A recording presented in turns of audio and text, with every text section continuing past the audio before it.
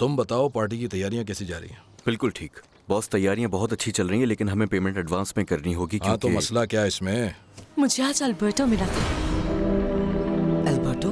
जी, उसने कहा वो मेरा इंतजार करेगा और पता नहीं क्यों पर उससे बात करते हुए दिल जोर से धड़क रहा था। तुम दोनों को जब भी मैं देखता हूँ आपस में खुसर पुसर ही कर रही होती हो और मेरे आते ही चुप। कहीं ऐसा तो नहीं कि कोई बड़ी बात मुझसे छुपा रहे हो?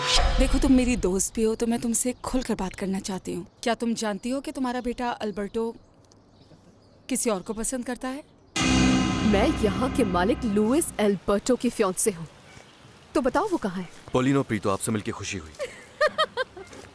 ओह माय गॉड, मेरा मतलब तुम्हारा नाम तो लड़कियों वाला है। मेरी एक दोस्त है, उसका नाम भी पॉलिना है। शायद तुम्हें अंदाजा नहीं कि तुम खूबसूरत होने के साथ एक अच्छे दिल की मालिक हो। मगर अब मैं ये भी जानना चाहती हूँ कि डॉक्टर आप कैसे दिखते होंगे? मैंने तो कभी छूकर महसूस नहीं किया आपके चेहरे को। कैसे